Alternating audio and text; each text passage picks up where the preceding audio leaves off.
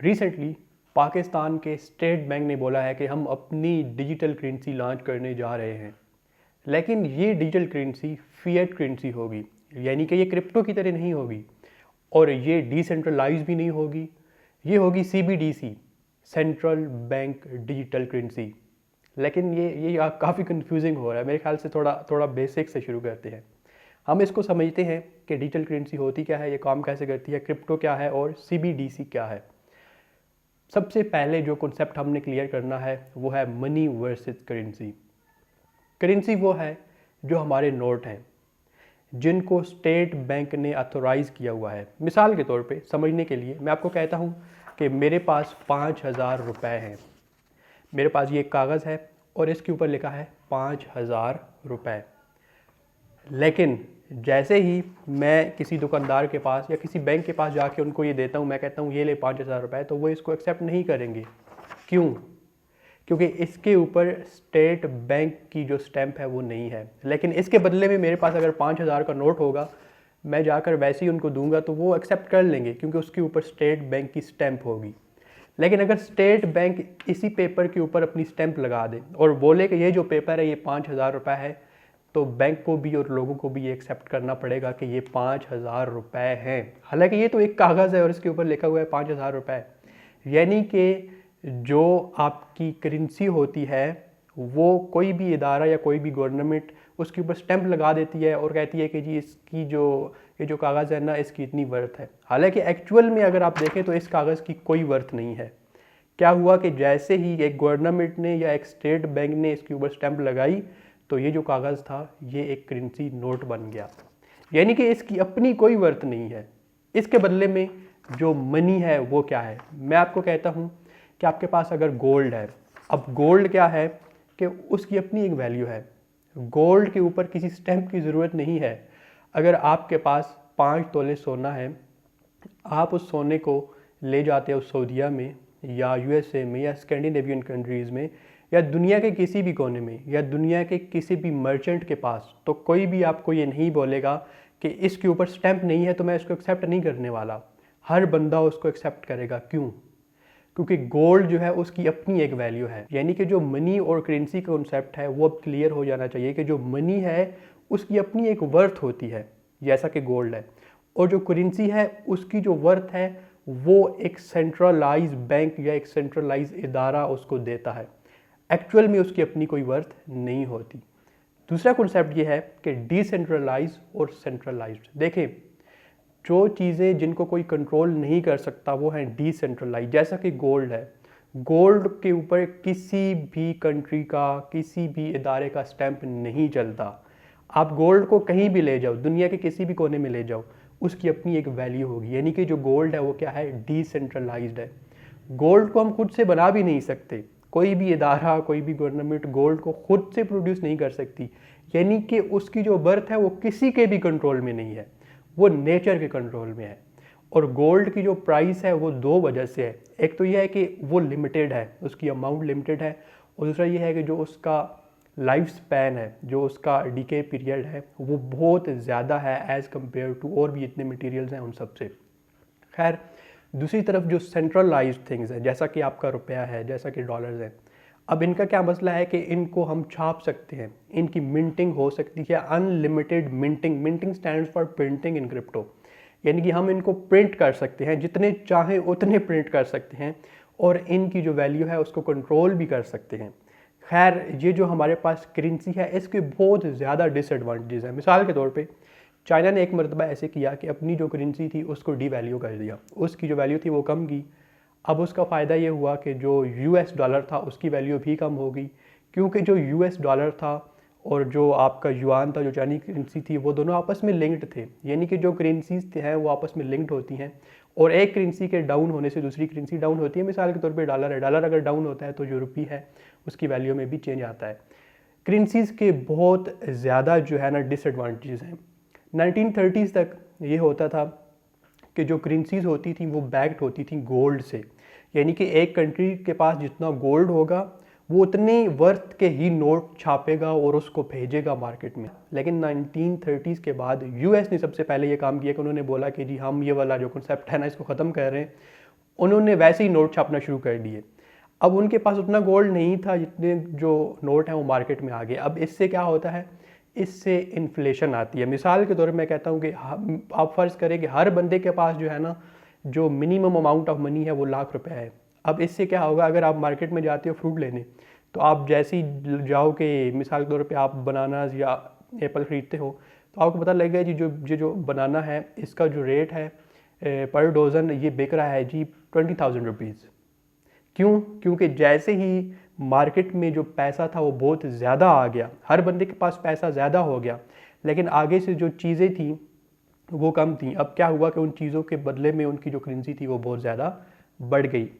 Same जो काम था बहुत सारे कंट्रीज़ के साथ ऐसा हुआ और उन्होंने अपनी इकानमी को इस तरह तबाह कर लिया। आपने सुना होगा कि कुछ कंट्रीज़ में जब आप ब्रेड लेने जाते हैं तो आपको जो पैसा है वो आपको बोरियों में भर के लेके जाना पड़ता है। तो वहाँ पे यही मसला हुआ कि उन कंट्रीज़ ने जो पैसा था वो बहुत ज़्यादा प्रिंट कर दिया, लेकिन एक्चुअल में उनके पास उतना गोल्ड नहीं था। अब गोल्ड क्यों उतना होना चाहिए, ये क्वेश्चन है। अब देखें, अगर हमें इंटरनेशनल ट्रेड करनी है, हम ऐसा तो नहीं कर सकते ना कि अपना जो पाकिस्तानी रुपीज़ है 5-5 हज़ार के नोट हमने प्रिंट किए और जाके हमने अमेरिका वालों को दिए कि ये जी 5,000 के नोट हैं बहुत सारे, आप हमें टेस्ला दे दो, या आप हमें जो है ना गुची, या आप हम उनके एप्पल के स्टोर पे चले जाएं या उनसे जाके हम जेट खरीदना शुरू कर दें। ऐसा तो नहीं हो सकता। वो तो एक पेपर है जस्ट लाइक दिस, उसके ऊपर स्टेट बैंक ने अपना जो है एक मोहर लगाई है, उसकी तो कोई वैल्यू नहीं है। वो क्या करेंगे, वो बोलेंगे हमें मनी दें, यानी कि हमें वो चीज़ दें जिसकी अपनी वैल्यू हो, यानी कि हमें गोल्ड दें। तो अगर हमारे पास गोल्ड होगा तभी हम उनसे वो चीज़ें खरीद सकेंगे। और अगर हमने ये फाइंड करना है कि हमारा जो मुल्क है उसकी रियल वर्थ कितनी है, उसके पास रियल में कितना पैसा है, तो ये तभी मालूम होगा कि हमें पता चलेगा जब कि इसके पास इतना गोल्ड है। और अगर हमने अपनी इकॉनमी को रियल बेस करना है, यानी हम कहते हैं कि जो हमारी करेंसी है वो फिएट करेंसी ना हो। फिएट करेंसी वो होती है जो बैक्ड बाय एसिड्स नहीं होती, जो कि हवा में आप प्रिंटिंग कर रहे हो। अभी जो करेंसी है पाकिस्तान की और पूरी दुनिया की, ये फिएट करेंसी है, ये बैक्ड बाय एसिड्स नहीं है। खैर, ये सारी चीज़ें थी। अब एक मसला था बहुत बड़ा। अब मसला ये था कि जो करेंसी है ये फिएट करेंसी है और इसकी कोई वैल्यू नहीं है और इसकी फ्लक्चुएशन हो रही है और इसकी वजह से इन्फ्लेशन भी आ रही है। अब मार्केट में एक बहुत बड़ा गैप है कि हमारे पास कोई ऐसी डिजिटल करेंसी हो जो कि लिमिटेड हो, जो कि बैक्ड बाय एसिड्स हो, जो कि हमारे पास कोई बंदा खुद ना बना सकता हो, जो कि कोई बंदा खुद ना बना सकता हो, जो कि डिसेंट्रलाइज्ड हो। खैर, यानी कि necessity is the mother of invention. एक चीज़ की ज़रूरत थी, तो ऐसे में सतोशी नाकामोटो नाम का एक बंदा था जो कि एक करेक्टर था या एक किरदार था जो कि सामने नहीं है अब। तो उसने क्रिप्टो करेंसीज़ का कॉन्सेप्ट दिया। 2008-9 में एक पेपर आया और उसमें ये सारी बातें की गई कि इस तरह का जिस तरह के हमारा गोल्ड का कॉन्सेप्ट है कि उसकी अपनी एक वैल्यू होनी चाहिए और वो डिजिटल करेंसी होनी चाहिए और उसको कोई भी कंट्रोल ना कर रहा हो। तो वहाँ से जो क्रिप्टो करेंसीज़ थी इनका कॉन्सेप्ट आया और डिजिटल करेंसीज़ का एक कॉन्सेप्ट आया। अब जो डिजिटल करेंसीज़ हैं इनको कोई कंट्रोल नहीं करता। सबसे टॉप पे है हमारे पास क्रिप्टो करेंसी, जिसमें हमारे पास बिटकॉइन की एग्जांपल है। इनको कोई भी कंट्रोल नहीं कर रहा, ये डिसेंट्रलाइज्ड है। खैर, क्रिप्टो करेंसी को डिटेल में समझने के लिए हम किसी और वीडियो में जाएंगे। हम थोड़ा सा इसको समझने के लिए एक और चीज़ समझते हैं और वो है लेजर। बैंकिंग सिस्टम में हमारे पास क्या होता है कि जब हम अपने पैसे जाके बैंकिंग सिस्टम में जमा करवाते हैं तो हमारा एक खाता खुलता है। उन्हें पता होता है इस बंदे ने इतने पैसे जमा करवा दिए हैं। जब हम वो पैसे विड्रॉ करवाते हैं, जब हम वो पैसे ट्रांजैक्शंस करते हैं उनकी किसी और के अकाउंट में, तो जो बैंकिंग सिस्टम है वो स्प्रेडशीट्स के ज़रिए जो खाता है, जो लेजर है, उसका मेंटेन करता है, उसको बैलेंस रखता है कि इसका बंदे ने 50,000 फलाने को ट्रांसफ़र किए, 500 फलाने को दिए, इसने इतनी ग्रोसरी ली, इतना इसने फलानी जो दराज है या जो भी वेबसाइट है वहाँ से शॉपिंग की। तो आपको ₹1 का भी धोखा नहीं होता। यानी कि आपका ट्रस्ट है बैंकिंग सिस्टम के ऊपर, बैंकिंग सिस्टम सिक्योर है। और दूसरा ये होता है कि आपकी प्राइवेसी भी होता है, आपको जो डेटा है वो पब्लिकली शो नहीं किया जाता। एक सेंट्रल अथॉरिटी जो आपकी बैंक है, जो आपका बैंक है या फिर जो आपकी गवर्नमेंट है, उसको पता होता है, लेकिन आम लोगों को उसका पता नहीं होता। यानी कि दो वजह से हम जो बैंकिंग सिस्टम है उस पर रिलाई कर रहे थे। एक ये था कि हमें उसके ऊपर ट्रस्ट भी था और दूसरा ये था कि उसमें हमारी प्राइवेसी भी थी। लेकिन मसला ये था कि हिस्ट्री में कई बार ऐसे हुआ कि जो आपकी ट्रांजैक्शंस हैं उनको किसी हैकर ने आके उन ट्रांजैक्शंस को डीनोटिफाई कर दिया। मिसाल के तौर पर एक बंदे ने 50 लाख की ट्रांजैक्शन की किसी के अकाउंट में। अब हैकर ने क्या किया कि उस ट्रांजैक्शंस को जाके जो बैंक की स्प्रेडशीट थी या जो बैंक का लेजर था वहाँ से हटा दिया। तो बैंक तो गया ना, वो बंदा भी गया। और ऐसा कई बार हिस्ट्री में हुआ है कि हैकर्स आके बैंकिंग सिस्टम को अटैक करते हैं और वहाँ से ट्रांजैक्शंस जो है, जो लेजर है उसमें गड़बड़ कर देते हैं, जो खाता है वो बैलेंस नहीं होता। और बैंकिंग सिस्टम की ये बहुत बड़ी नाकामी रही है फ्यूचर में। अब थोड़ा स्ट्रांग है लेकिन स्टिल चांसेस होते हैं कि कोई भी हैकर आके उसमें अपना जो किरदार है वो अदा कर देगा। खैर, जो क्रिप्टो है ये बेस्ड है ब्लॉकचेन पे, और ब्लॉकचेन ने इस सिस्टम का बेहतरीन हल दिया है। इवन कि अगर मैं कहूँ कि 100x बेटर सॉल्यूशन दिया है ब्लॉकचेन ने। ब्लॉकचेन में ये होता है कि जैसे ही हम ट्रांजैक्शंस करते हैं क्रिप्टो करेंसी में, तो वो ट्रांजैक्शंस मिलियंस ऑफ कंप्यूटर्स जो कि माइनिंग करते हैं, जो कि क्रिप्टो माइनिंग करते हैं, एक कॉपी जनरेट होती है उस ट्रांजैक्शंस की, और वो हर एक कंप्यूटर से जो कि क्रिप्टो माइनिंग में इन्वॉल्व है, जो कि ब्लॉकचेन के नेटवर्क के साथ जुड़ा हुआ है, वो हर एक कंप्यूटर से वेरीफाई होती है। अब हैकर के बस की बात नहीं है कि वो सारे के सारे मिलियंस ऑफ कंप्यूटर्स को जाके हैक करे और उनमें जाके जो लेजर है उसमें गड़बड़ करे। तो एक तो मसला हल हो गया कि जो सिक्योरिटी का मसला था वो इतना ज़बरदस्त तरीके से हल किया गया कि अब हैकर्स उसको नहीं पहुंच सकते हैं। अगर हैकर्स ने 5 या 10 या 1000 कंप्यूटर्स भी हैक कर लिए हैं, जो कि इम्पॉसिबल है स्टिल, लेकिन वो दूसरे मिलियंस ऑफ कंप्यूटर्स को हैक नहीं कर सकते। और जब दूसरे मिलियंस ऑफ कंप्यूटर्स देखेंगे कि हमारे पास इस बंदे की ट्रांजैक्शन हुई है लेकिन ये जो 5000 कंप्यूटर्स है इनमें नहीं हुई है, तो वो समझ जाएंगे कि यहाँ पे थोड़ी गड़बड़ है, और सिस्टम उस चीज़ को एक्सेप्ट कर लेगा कि नहीं भाई आप गड़बड़ नहीं कर सकते। यानी कि ब्लॉकचेन ने इस चीज़ का सोल्यूशन दे दिया। दूसरी तरफ प्राइवेसी का सोल्यूशन। अब क्रिप्टो में क्या होता है कि आपके पास एक पब्लिक की होती है, एक प्राइवेट की होती है। जैसा कि आपका ईमेल एड्रेस होता है, एक आपका ईमेल एड्रेस जो है वो पब्लिक होता है, लेकिन जो पासवर्ड है वो प्राइवेट की होती है। तो एक्चुअल में वहाँ पे एक हैश होता है या कोड होता है, और आपका जो क्रिप्टो नेम है वो आपका नहीं होगा बल्कि वो एक कोड होगा, और आपकी प्राइवेसी भी रहती है। यानी कि जो ब्लॉकचेन टेक्नोलॉजी है इसने जो लेजर वाला सिस्टम था उसको इवॉल्व कर दिया।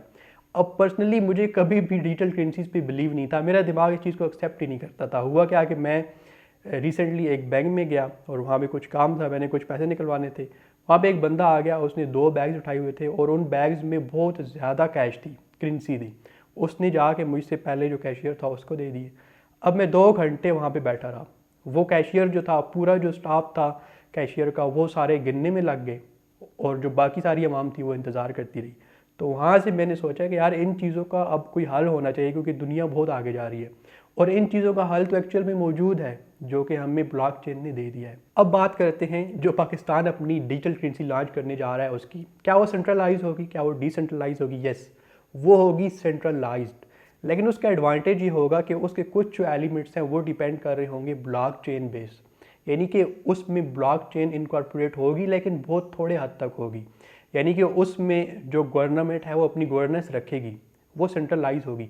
उसका एडवांटेज ये होगा कि वो फास्ट होगी, उसकी ट्रांजैक्शंस तेज़ होंगी, उसमें हमें कोई मसला नहीं होगा, उसमें सिक्योरिटी ज़्यादा होगी। ब्लॉकचेन के जो कुछ फीचर्स हैं वो उसमें इस्तेमाल होंगे, लेकिन वो क्रिप्टो की तरह नहीं होगी, वो एक स्टेबल करेंसी की तरह होगी। लेकिन अगेन ये है कि ये भी अच्छी बात है कि वो ब्लॉकचेन बेस्ड होगी, और ये बहुत अच्छी बात है कि हम जो ब्लॉकचेन है उसको अपने बैंकिंग सिस्टम में इन्वॉल्व करने जा रहे हैं, जो कि हमें फ्यूचर में बहुत ज़्यादा फ़ायदा देगी। तो खैर अभी तो हमारी गवर्नमेंट ने सिर्फ अनाउंस किया है कि हम अपनी डिजिटल करेंसी लॉन्च करने जा रहे हैं। पता तब चलेगा जब ये लॉन्च कर देंगे, तो उसके बाद हम इन चीज़ों को डिटेल में देखेंगे कि हम ये जो करेंसी है इससे कैसे फ़ायदा उठा सकते हैं। उसके बहुत सारे एडवांटेजेस एंड डिसएडवांटेजेस भी होंगे, यानी कि गवर्नमेंट कंट्रोल करेगी कि ये जो करेंसी है आप इसको कहाँ पे ट्रांजैक्शन इसकी कर सकते हो, कहाँ पे नहीं कर सकते हो, क्योंकि वो डिसेंट्रलाइज्ड नहीं है, वो सेंट्रलाइज्ड है। और इसी तरह गवर्नमेंट उसके ऊपर चेक एंड बैलेंस भी रखेगी, लेकिन चूंकि वो ब्लॉकचेन बेस्ड होगी बहुत हद तक, तो उससे बहुत ज़्यादा हमें फ़ायदा होगा। खैर, ब्लॉकचेन काम कैसे करता है, क्रिप्टो करेंसी बनती कैसे है, क्रिप्टो करेंसी फिएट है, इसकी बैक पे एसेट्स होते हैं या नहीं होते हैं, क्रिप्टो करेंसीज का फ्यूचर क्या होगा, ये सारे जो टॉपिक्स हैं इनको हम अपनी अब आने वाली वीडियोज़ में डिस्कस करेंगे, और हम इनको डिटेल में देखेंगे कि एक आम बंदा इनमें इन्वेस्टिंग कैसे कर सकता है। इन सारी चीज़ों को हम अपनी आने वाली वीडियोज़ में शामिल करेंगे। मिलते हैं आपसे अगली वीडियो में, तब तक के लिए अल्लाह हाफिज़।